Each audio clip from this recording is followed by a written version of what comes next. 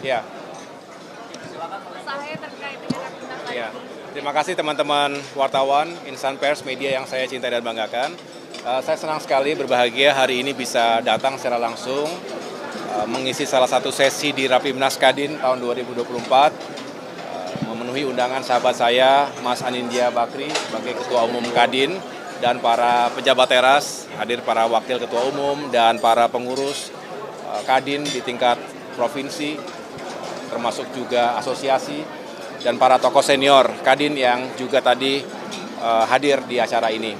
Dan saya tentunya mengajak segenap keluarga besar Kadin untuk terus menjadi mitra strategis pemerintah yang menghadirkan dampak langsung dari aspek pembangunan ekonomi dan juga kesejahteraan masyarakat.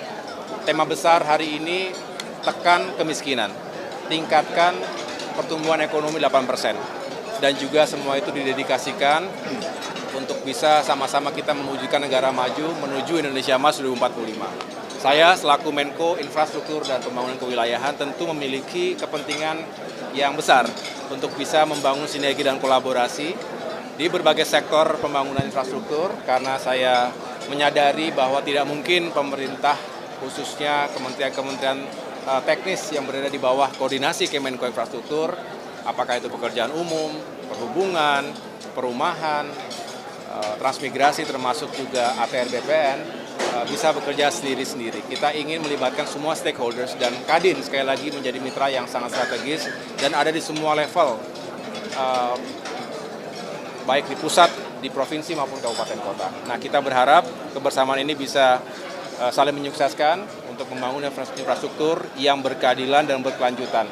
Mudah-mudahan ikhtiar yang baik ini bisa kita jalankan bersama-sama dan pada saatnya memang kita bisa menghadirkan infrastruktur yang semakin meningkatkan kesejahteraan masyarakat kita.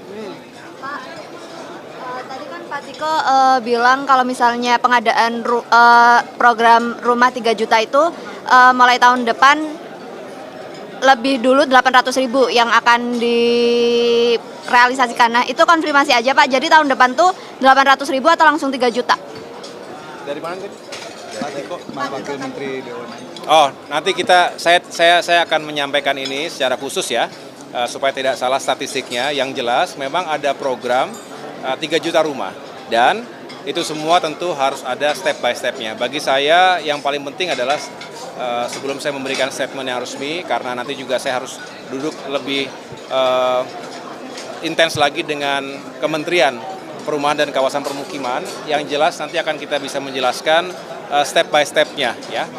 Sebelum saya menetapkan secara khusus berapa jumlah dari perumahan yang akan dibangun. Kalau ada rumahnya juga Pak?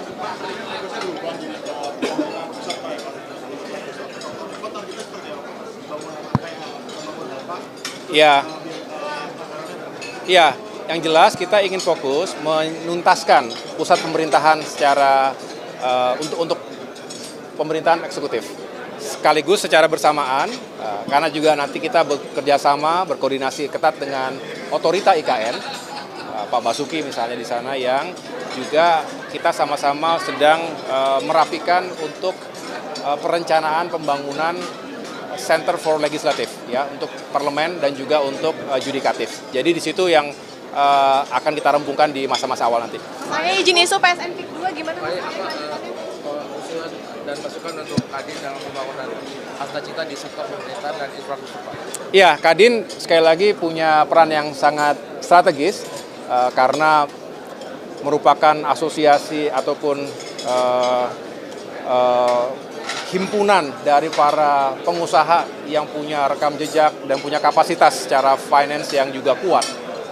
Dan ini menjadi salah satu kekuatan untuk bisa membantu pemerintah melanjutkan pembangunan. Pembangunan yang berkelanjutan ini penting.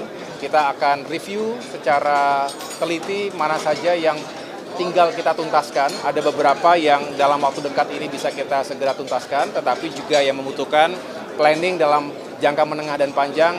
Kita akan duduk bersama sehingga kita bisa analisa, lakukan assessment, berapa anggaran dibutuhkan, dan sumber daya apa lagi yang kita juga harus siapkan. Oke ya, makasih. Izin dong PSN Pik 2 gimana Mas? Nanti komentar nanti. Ya, makasih.